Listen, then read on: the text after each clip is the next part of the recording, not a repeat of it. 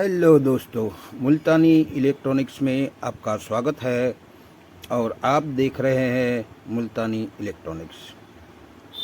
आज मैं आपके लिए एक और नया टॉपिक लाया हूं जो हमारे एसएमपीएस के फीडबैक सर्किट से रिलेटेड है। यानी कि आज मैं बताने वाला हूं जो मैंने अगला वीडियो आपको बताया था कि इस रजिस्टर जो ये रजिस्टर होता है जो हमारे ऑप्टो कपलर की 1 नंबर की पिन पर लगता है, तो वो रजिस्टर को कैसे डिनोट करें कि यहाँ कितने ओम्स का रजिस्टर लगेगा और कितने वोल्ट का लगेगा, उसका वीडियो मैंने आपको अगले वीडियो में दे दिया है, तो आप देख लीजिएगा। आज का टॉपिक है हमारा कि ये जो हमारा TL431 आईसी है उसको रेफरेंस पॉइंट पर ये डिवाइडर सर्किट लगा है जिसका एक रजिस्टर पॉजिटिव की साइड और एक रजिस्टर नेगेटिव की साइड, और दोनों रजिस्टर जो जुड़े हुए हैं वो हमारा रेफरेंस पॉइंट होता है। तो वहाँ पर हमें TL431 आईसी है, उस हिसाब से आप किसी भी वैल्यू का अगर यहाँ पर रजिस्टर रखेंगे तो कुछ इस तरीके से रखना है कि हमें यहाँ 2.5 ही वोल्ट मिलने चाहिए, इससे ज़्यादा नहीं, इससे कम नहीं। तो ही हमारा TL431 जो हमारा आईसी है वो एनोड टू कैथोड कंडक्ट होगा, यानी कि शॉर्ट होगा, जिसकी वजह से इस ऑप्टो कपलर का जो एलईडी होता है उसकी 2 नंबर की पिन कैथोड होती है, जिसे ग्राउंड होने से हमारी एलईडी जलती है और हमारा ऑप्टो कपलर वर्क करने लगता है। क्योंकि एलईडी जलेगी तो ही ये फोटो ट्रांजिस्टर इंटरनली होता है 3 और 4 नंबर में, जिस पर रोशनी पड़ेगी और रोशनी पड़ने से ये ट्रांजिस्टर कंडक्ट होता है और 3 और 4 नंबर कंडक्ट होकर ये नेगेटिव 3 नंबर से 4 नंबर में जाएगा और PWM आईसी को फीडबैक मिल जाएगा। मगर हमें ये तय करना है कि कंपनी वाले या एसएमपीएस बनाने वाले इसको किस तरीके से इसकी वैल्यू को डिनोट करते हैं, यानी कि किस तरीके से वैल्यू तय करते हैं कि कौन सी वैल्यू का इधर डाला जाए और कौन सी वैल्यू का इधर डाला जाए। तो वो किस तरीके से वो कंफर्म कर पाते हैं, यानी कि किस तरीके से वो किस नियम के आधार पर ये लोग अलग अलग वैल्यू का रजिस्टर डालते हैं। कुल मिला के जो भी वैल्यू का रजिस्टर डालना है दोनों को मिलाकर, तो यहाँ पर हमें 2.5 ही वोल्ट मिलना चाहिए। मान लीजिए कि ये हमारा एसएमपीएस 12 वोल्ट की डिज़ाइन का है, तो आज हम देखेंगे कि 12 वोल्ट आउटपुट हमें देता है ये एसएमपीएस और सप्लाई इसकी 12 वोल्ट है। तो उसके मुताबिक हम नियम को लागू करके, यानी कि ओम्स लॉ के मुताबिक ये किस तरीके से इन दोनों का रजिस्टेंस पहले निकालेंगे कि यानी कि इन दोनों को मिलाकर कितना रजिस्टेंस होता है वो निकालेंगे, और बाद में इनका रजिस्टेंस एक का कितना होता है और दूसरे का कितना होता है, यानी कि R1 का कितना ओम्स का रजिस्टर लगाया जाए और R2 का कितना रजिस्टर कितनी वैल्यू का लगाया जाए, वो हम ओम्स लॉ के फॉर्मूला के मुताबिक, नियम के मुताबिक, सूत्र के मुताबिक हम इसको आज देखेंगे कि किस तरीके से ये ओम्स तय किए जाते हैं। तो कुल मिलाकर हमें यहाँ 2.5 वोल्ट ही मिलने चाहिए, उस तरीके का रजिस्टर हमें डालना होता है। तो ये वीडियो मैं आपको दिखाने की कोशिश करूँगा कि यहाँ पर हमें, आप देखिएगा कि यहाँ हमें देखना है। मैं आपको और बड़ा करके दिखाता हूँ ताकि हाँ, तो यहाँ पर हमें ये देखना है कि ये हमारा आउटपुट है और यहाँ पर मैंने छोटा सा ड्राइंग किया है। जो ये रजिस्टर हमारा पॉजिटिव के साथ कनेक्टेड है और ये रजिस्टर नीचे वाला R2 जो है हमारा नेगेटिव के साथ कनेक्टेड है और बीच वाला जो हिस्सा है जो हमारा रेफरेंस पॉइंट है वो हमारा TL 431 नंबर की IC के रेफरेंस पिन पर कनेक्टेड है। अब यहाँ पर 2.5 वोल्ट मिलेगा तो ही ये कैथोड टू एनोड कंडक्ट होगा, यानी कि शॉर्ट होगा। मगर आज हमें ये तय करना है कि इन दोनों की वैल्यू को कैसे डिनोट करें। तो हमें पहले ये समझना है कि यहाँ पर हमें 2.5 वोल्ट चाहिए, तो यहाँ से लेकर इस रजिस्टर के अकॉर्डिंग, यानी कि इन दोनों के अकॉर्डिंग हमें 2.5 वोल्ट ड्रॉप होने चाहिए, यानी कि 2.5 वोल्ट ही इसके अकॉर्डिंग होना चाहिए। यानी कि ये हमारा लोड 2.5 का लेगा और यहाँ पर हमें इन दोनों के अकॉर्डिंग 9.5 वोल्ट मिलने चाहिए। तो सबसे पहले हम ये तय करेंगे कि इन दोनों को मिलाकर, यानी कि एक R1 और R2, इन दोनों का रजिस्टेंस पहले हमें ढूंढना होगा। यानी कि इन दोनों को मिलाकर एक रजिस्टेंस जो बनता है वो पहले हम ढूंढेंगे।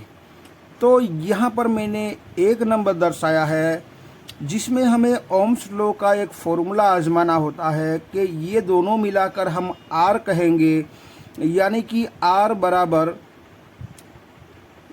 V/I।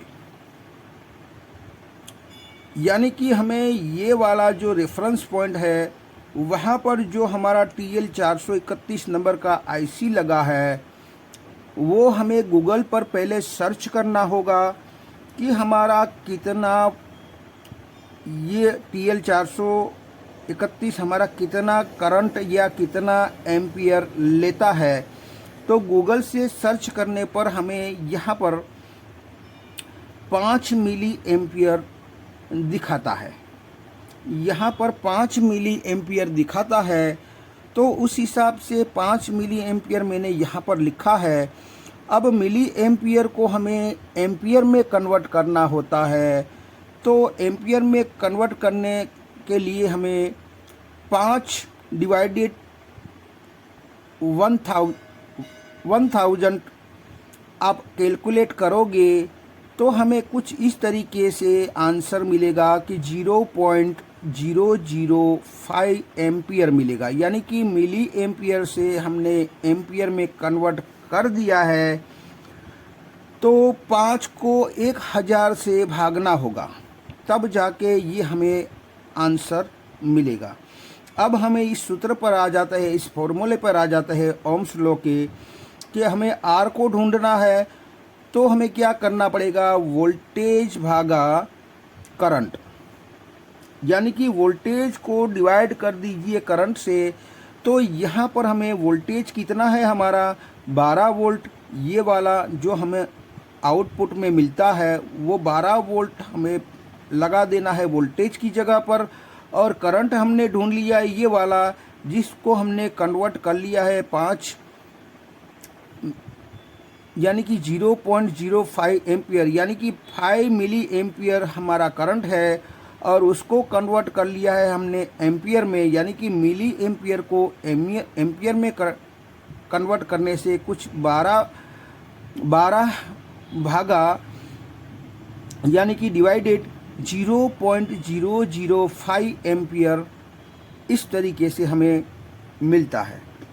अब इसको हम कैलकुलेट करेंगे कैलकुलेटर से, तो कुछ इस तरीके का जवाब हमें मिलेगा, यानी कि 2400 ओम्स, यानी कि 2400 जवाब आएगा हमारा, यानी कि 2.4 के ओम्स हमारा टोटल रजिस्टेंस होता है। इन दोनों रजिस्टर को मिलाकर हमारा पहले तो टोटल रजिस्टर बनता है, यानी कि हमारा टोटल रजिस्टेंस हुआ 2400 ओम्स। अब हमें ढूंढना है कि हमारा R1 कितना होता है और R2 कितना होता है। यानी कि पहले ही हमने बता दिया है कि इसके अकॉर्डिंग हमें 2.5 वोल्ट कंजप्ट करेगा और इसके अकॉर्डिंग हमारा 9.5 वोल्ट कंजप्ट करेगा, यानी कि हमें दिखाएगा। तो यहाँ पर हम R1 यानी कि ये 2 नंबर मैंने लिखा है, जहाँ पर हमें R1 को ढूंढना है तो हम लिखेंगे R1 बराबर V/I, यानी कि यहाँ पर भी हमें R1 का ही सोचना है। ये R लिखा है वो पूरे R का था, अब हमारा R1 ये हो जाता है और R2 ये हो जाता है। तो हमें ये सोचना है कि R1 ही सोचना है, हमें R1 ही ढूंढना है। तो R1 का ही वोल्टेज हम लगाएंगे। तो V लिखा है वोल्टेज, यानी कि R1 का वोल्टेज कितना है 9.5 वोल्ट। तो हमें यहाँ पर 9.5 वोल्ट लिखना है और करंट तो हमने पहले से ही लगा के रखा है, यानी कि एम्पियर में बदल कर रखा ही है। तो 0.005 एम्पियर हमें लिख देना है। तो कैलकुलेट से आप कैलकुलेट करोगे तो हमें यहाँ पर 1900 ओम्स मिलेगा। 1900 का माना होता है 1.9 के, या फिर आप ये भी कह सकते हैं कि 1 के 9।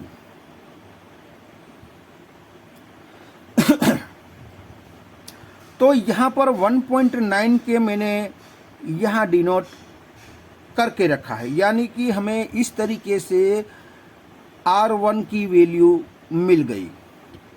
अब हमें R2 ढूंढना है इनमें से, तो हम क्या करें।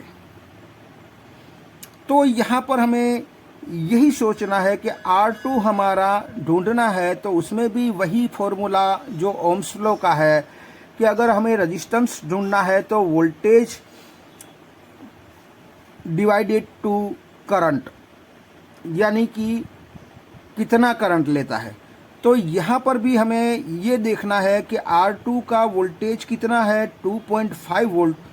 तो हम वोल्टेज की जगह लिखेंगे 2.5 वोल्ट, और हमारा करंट तो जो पहले हमने निकाला हुआ है, यानी कि मिली एम्पियर से एम्पियर में कर दिया है, तो वही हमें लगाना है 0.005 एम्पियर। तो यहाँ पर हमें मिलेगा आंसर।